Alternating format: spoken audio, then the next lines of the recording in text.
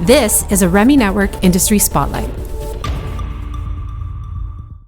Hi, friends, and thanks for joining us. My name is Mike Whissel, and today we are speaking to John Nassar from Whissel, a very interesting company doing things in condo buildings that are making a difference for car drivers, especially people in the electric car, the EV world as it's become known. What will happen when condos need more of these accommodations? What will happen as more of these cars are sold and people are switching to electric vehicles? Well, John has some of those answers for us today and a number of great solutions. John, thanks so much for joining me. Yeah, my pleasure, Mike. Thanks for having me. Maybe you could tell me a little bit about the landscape that is the electric car, the electric vehicle world right now. It seems to be on a really steep incline for sales. Yeah, absolutely. Yeah, the sales are growing quite quickly, and with the recent announcement from the Canadian government with respect to mandated sales, I think those increases are just going to pick up. So it's and then the manufacturers are starting to make more vehicles available at a more affordable price. So all the stars are starting to align. It seems that's the case. Now, this does present a little bit of a challenge, I think, in some ways in our society. One of them is how do we equip ourselves in the condo and apartment scenario when so many people are going to be having these cars and that requirement is going to be there? How does somebody get a charger in a condo? Yeah, unfortunately, it's not an easy process. Unlike it might be in a single-family home, where you own the property and you can go ahead and make all the decisions and just make it happen. In a condo, it's really a self-contained community, and you have a board that looks after the property, and they're the ones that will kind of set the rules. In Ontario, the Ontario Condo Act has some guidance in it, and homeowners that live in condos can request to have a charger installed at their parking spot, but that's not always that easy. I mean, you've got the additional cost, and there's quite a few challenges in that, and so condo boards and property managers are looking for solutions, to this very problem. How are they dealing with it? How do the condo boards and property managers, how are they dealing with it for the moment? Well, from what we're seeing, there really it falls into three camps. Some are avoiding the subject, if you will, altogether, and just waiting to see how the rest of the property management industry kind of deals with it. So they're deflecting and delaying. Others are in the information gathering, right, trying to understand, what's involved, what they can do. And then others are, I guess, appeasing the immediate EV drivers by allowing for chargers to be installed, not really considering the future impact on their immediate decisions. Where do most EV drivers charge their cars? Well, there have been studies done by both in Canada and the U.S., and most EV charging is actually done at home. And so if you live in a condo, you don't have that luxury because of some of these challenges. But really, the most cost efficient, the most convenient place to charge your car is at home. Well, it just seems that's where we have the most stationary time in our day. Of course, maybe that's changed a little bit since the work at home theory has begun and people have started that. But for the most part, you've got 8 to 10 hours at home that makes the most sense that you'd be charging your vehicle then. Yeah, absolutely. And look, employers are starting to get on the bandwagon as well, and so some of them are installing chargers at work. So that's the other alternative is if your employer has that facility set up in their property, then that's also a convenient place. Well, it seems to me that the public options are becoming less and less an option because if you are going to a shopping mall, there might be 8 spots available. If you're going to a rest station, there might be 3 or 4 spots available where charging is possible, and then you need the time to be there. It just seems to me that the charge at home is the realistic option. Yeah, not only the convenience factor, the cost, and look when EVs were coming to the market and chargers were being installed in, as you said, in shopping malls. A lot of times those chargers were available for free, but that's changing, and people are now having to pay for the electricity that's going into their vehicle, and it is expensive, to the point where makes you wonder whether you want to go EV if you have to pay those prices. So really the best place is at home or at work if your employer has that facility available. As we make our way to that land of provided charging stations, maybe you could give me an understanding. How different is it putting a charging station in your home as opposed to a condo? Yeah. So as I mentioned earlier, of course, if you live in a single family home, you can make all the decisions, and it's a fairly easy process and relatively inexpensive when you compare it to what's involved in a condominium. So the challenge in a condo is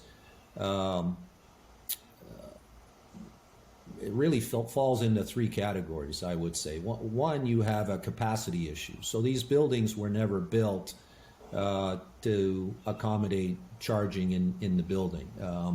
And it's extremely expensive to upgrade the electrical service in these buildings. Again, unlike a family home, if you need more power, relatively easy process, you can do it. But in a building, you have transformers and other impediments, so you have to work with the available capacity in the building. The other challenge is the cost. How do you manage the cost of installation? Because you have typically a large parking spot, a large parking garage. It might be multiple levels. The electrical power is located somewhere else. You've got to bring it to where the parking spot is. And the other thing is, how do you justify spots for people with EV cars into the overall shared cost of the condo? I'm sure that's becoming an issue among the boards as well. Now, your company is making a big difference in this category and eliminating some of these challenges. Tell me about Whissel. Yeah, no, absolutely. We have a slightly different business model, if I can put it that way, in terms of our approach to condominiums. We recognize that the challenge of putting EV chargers in these properties is, one, expensive, it's complicated, it's involved. So we offer a program where we take on that responsibility. We take on that capital expense. We take on the challenge, if you will, of installing chargers in the building and doing it in such a way that's equitable, that provides all the owners with access to EV charging, affordable, and deals with the issue where the condominiums don't have the capital expense and they don't have the capital to apply to this, and really can't, even if they did have the capital, can't really use that capital for this type of solution. Yeah. Without the permission of homeowners. Right. It's an expenditure that has to go by all of the condo owners, I would imagine. Well, this sounds like an amazing solution, and it's not even really just a financing play. It really is a knowledge play, because when you want to get into this category, of expenditure and make this provision, there's a lot of knowledge that needs to be on your side to make it a worthwhile, cost efficient, and frankly, a good solution, a good quality solution for your condo. And it sounds to me like Whissel does all of that. You have the knowledge, you understand the financing model. It seems like a very good solution for this moment. Yeah, look, it's not really about financing. It's really about providing a service. And the one thing in condominiums that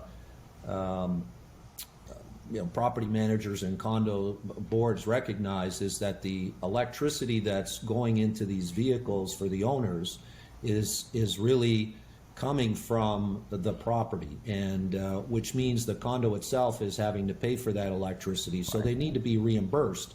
So whether you purchase the EV chargers, whether the individual owner purchases it, or whether the condo does, you're always going to have a service component where you have to bill and collect for the electricity consumption in the building.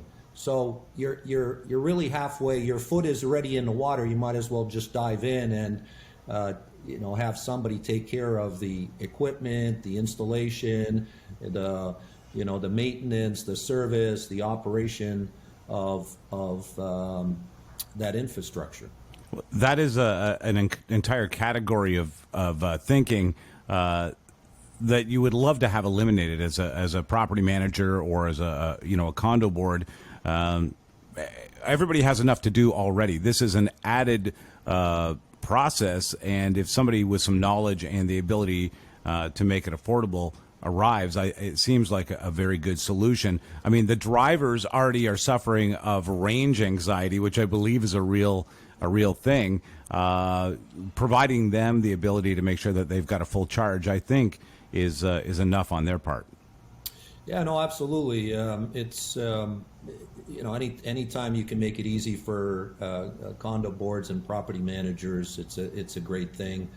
Unfortunately, what we're seeing in the market now is that again, to appease the early adopters of EV vehicles, condominiums are putting chargers in, and in some case they may be just putting one in and saying, hey, we're EV ready.